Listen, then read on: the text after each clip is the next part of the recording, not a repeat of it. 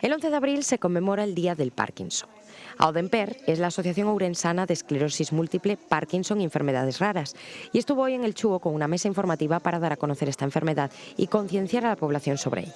Queremos reflectir a importancia que ten darlle visibilidade a estas enfermedades que nos atañen a todos realmente, aínda que creamos que non. Entonces, hoxe estamos aquí, pois eso, dando un poquinho de información, visibilizando e tamén queremos saber pois que teñades en conta a labor que facemos dende a asociación. En torno ao Parkinson hai moitísimos mitos. A xente tamén pensa que todo o mundo ten os mesmos síntomas e realmente non. Cada caso é un mundo realmente. Entonces, non nos podemos guiar todos por unha persoa que coñezamos que ten Parkinson, porque nós desde a asociación vemos casos super distintos diariamente. El lema de este año es "No soy Parkinson, soy Jordi". Y lo que pretende es que no nos fijemos en el diagnóstico, sino en la persona que hay tras él. E desde a asociación sí que facemos un pouquiño un traballo de concienciación coa persoa, de darlle esa información sobre os recursos que ten e de quitar un pouquiño ese estigma de oiche, esta é unha enfermedad, pero hai moitas outras e moita xente ten moitas cousas aparte do Parkinson, que realmente é unha condición máis como quen ten os ollos azuis ou os ten castaños realmente. Eso non che vai definir como persoa. Desde el Departamento de Neurología también quisieron desmontar mitos, como que el Parkinson se reduce a personas que tiemblan.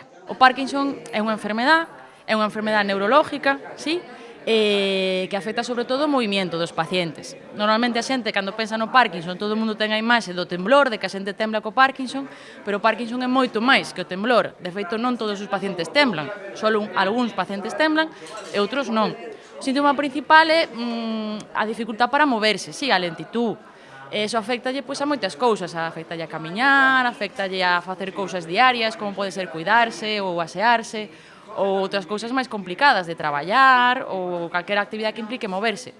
Pero ademais o Parkinson, que a veces só pensamos no movimento, tamén pode afectar a outros síntomas que teñen que ver co cerebro e ca dopamina, que é a sustancia que se afecta principalmente na enfermedade. E moitos pacientes tamén teñen síntomas como poden ser problemas para dormir, problemas de ánimo, que tamén son moi frecuentes e tamén poden ser moi limitantes na calidade de vida ou incluso dolor. Los tratamientos también han avanzado en los últimos años. Ahora mismo son para os síntomas da enfermedade, o que intentamos é compensar esa sustancia que non funciona ben con medicamentos, ou tamén hai outras ferramentas como as cirugías do Parkinson, as bombas de medicación do Parkinson. Logo tamén esperamos que no futuro próximo haya outro tipo de medicamentos para curar a enfermedade, que todavía non os temos, pero que probablemente no futuro próximo estén aí tamén.